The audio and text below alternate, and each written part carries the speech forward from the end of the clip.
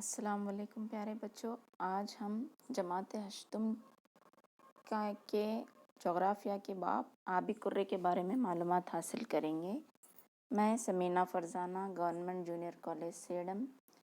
اس باب کے اہم نکات کو تیار کرنے میں میری مدد کی ہے ایم رخسانہ، جو غالب ہائی اسکول کنٹونمنٹ بلاری ڈسٹرکٹ سے ہیں۔ آبی حصوں کی تقسیم۔ پیارے بچوں، ہم جانتے ہیں کہ زمین کو نیلا سیارہ یا آبی سیارہ کہا جاتا ہے۔ اس کی وجہ یہ ہے کہ اس میں 70% پانی پایا جاتا ہے اور صرف 29% حصے پر زمین پائی جاتی ہے۔ شمالی قطبی کرے میں 40% پانی ہے تو جنوبی قطبی میں 81% پانی پایا جاتا ہے۔ بر اعظم یا اوشنز کسے کہتے ہیں؟ بر اعظم کے درمیان پھیلے ہوئے پانی کی تقسیم کو بحر کہا جاتا ہے۔ بحروں کو ہم کئی ناموں سے پکارتے ہیں، یا پھر ہم بحر اعظموں کو 5 حصوں میں تقسیم کر سکتے ہیں۔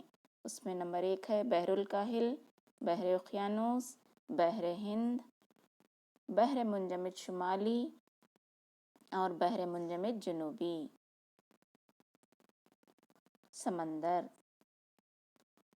سمندر بحر کا ایک چھوٹا سا حصہ ہوتا ہے،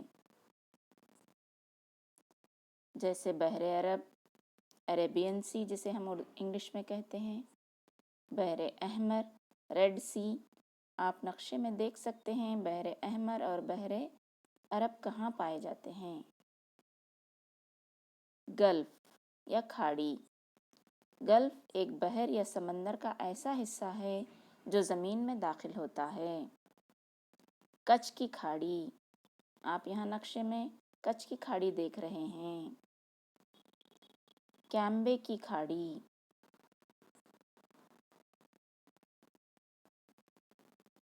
آبی قرہ ہائیڈروسفیئر، اسی میں ہم پانی کی ایک قسم ہے جسے ہم بے یا خلیج کہتے ہیں۔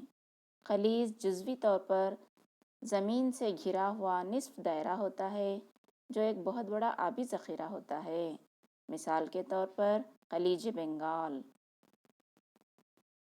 اسٹریٹ یا آبنائے، پانی کے جسم کی ایک تنگ پٹی جو 2 بڑے آبی اداروں کو جوڑتی ہے اسے ہم آبنائے کہتے ہیں، جیسے کہ آبنائے پاک جو ہندوستان اور سری لنکا کے درمیان پائی جاتی ہے۔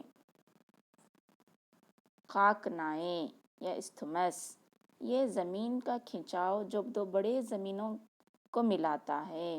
مثال کے طور پر خاکنائے سوئس، یہ جو ہے مصر کے کارنر میں پائی جاتی ہے۔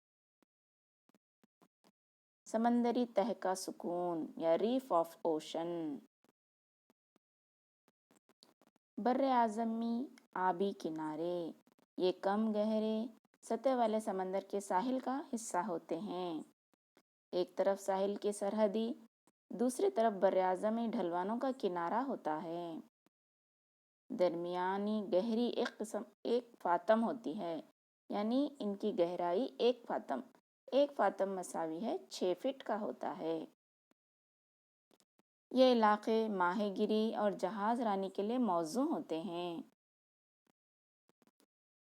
سمندری تہہ کا سکون کا دوسرا حصہ ہے بر اعظموں کا ڈھلوان۔ بر اعظم کے آبی کنارے اور گہرے سمندروں کے درمیان کے میدان کو بر اعظم کا ڈھلوان کہا جاتا ہے۔ چھوٹے میرین وادی، سب میرین کینیونز اس علاقے کی سب سے اہم خصوصیت ہوتی ہے۔ اسی کا اگلا حصہ ہے گہرے سمندروں کے میدان۔ یہ نہایت وسیع میدان ہوتے ہیں جو سمندر کی تہہ میں سمندری زمین پر پائے جاتے ہیں۔ یہاں پہاڑیاں پائی جاتی ہیں۔ سمندری تہہ کے سکون کا چوتھا حصہ ہے سمندری گہرائی، اسے سمندری ٹرنچ بھی کہتے ہیں۔ جہاں سمندر کافی گہرے ہوتے ہیں، یہاں تک کہ سورج کی روشنی یہاں پہنچنا مشکل ہوتی ہے۔ درجہ حرارت اور سمندری پانی کا کھارا پن یا نمکینی۔ سورج کی گرمی سمندر کی گہرائی میں صرف 200 میٹر کی گہرائی تک ہی پہنچ پاتی ہے، اسی لیے اسی حصے میں مخلوقات کی کثرت ہوتی ہے۔ نمکینی پانی میں سمندر کے پانی میں نمکینی خط سرطان کے پاس بہت زیادہ ہوتی ہے۔ اس کی کیا وجہ ہے؟ قطبوں کے پاس بہت کم ہوتی ہے۔ اس کی وجہ یہ ہے کہ آبی بخارات اور کثافت کی وجہ سے خط استوا کے علاقے اوسط درجے کے ہوتے ہیں، یعنی اوسط درجے کی نمکینی پائی جاتی ہے۔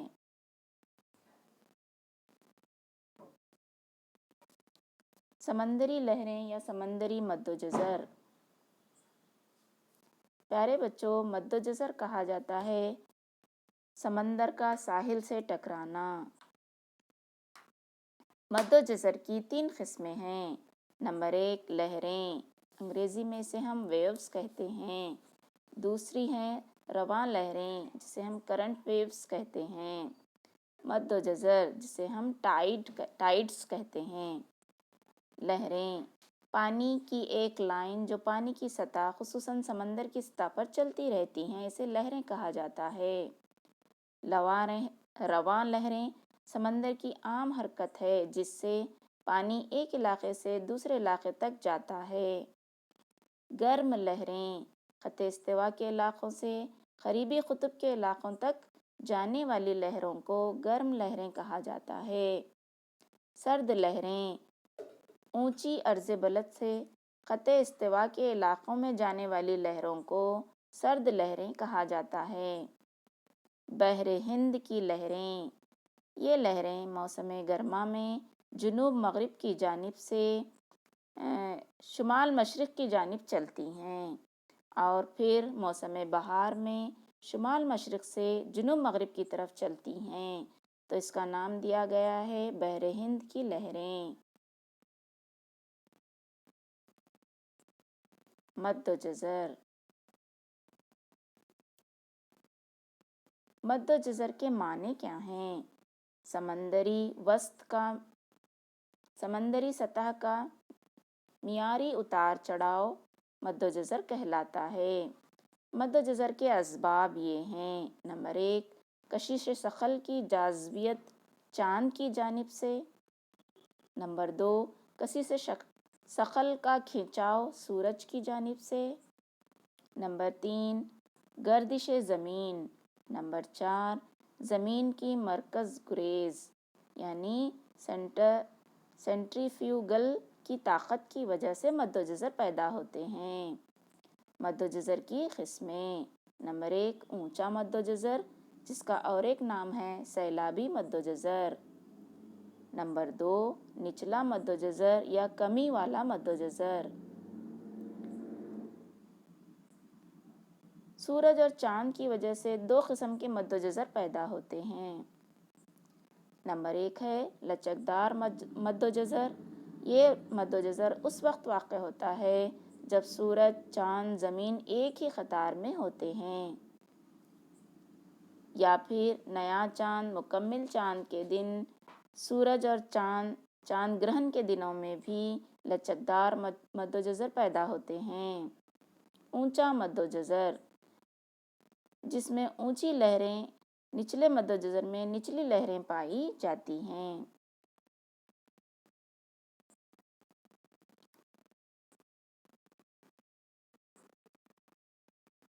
ہلکا مد و جزر، پہلے چوتھائی اور آخری چوتھائی چاند کے دنوں میں ہلکا مد و جزر پایا جاتا ہے۔ ہلکے مد و جزر کے وقت زمین اور سورج ایک ہی سمت میں رہتے ہیں اور چاند زمین کے سیدھے اوپر کی طرف ہوتا ہے۔ پیارے بچوں، مد و جزر کے بہت سارے فائدے ہوتے ہیں۔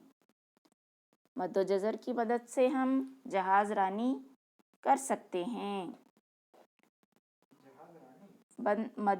مد و جزر بندرگاہوں پر کناروں پر باندھنے کے لیے جہازوں کو مدد کرتا ہے۔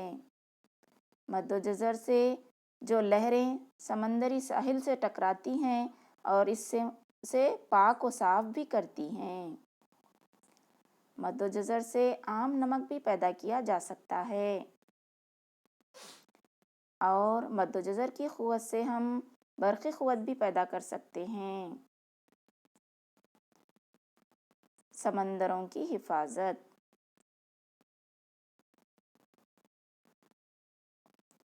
سمندر انسان کے لیے بہت ضروری ہیں، اس لیے ان کی حفاظت بھی ہماری ذمہ داری ہے۔ سمندروں کو ہم نیوکلیائی فاضل اشیاء سے بچانا چاہیے۔ بیکار اور فضول مادوں کو سمندر میں داخل ہونے سے روکنا چاہیے۔ خام مال یا پھر ذخیرہ اندوزیاں، معدنی تیل وغیرہ کا سمندر میں بہاؤ نہیں ہونا چاہیے۔ ناقابل قبول سرگرمیوں کو روکنا چاہیے۔ تو یہ تھا آج کا سبق، آج ہم یہیں ختم کرتے ہیں۔ اللہ حافظ۔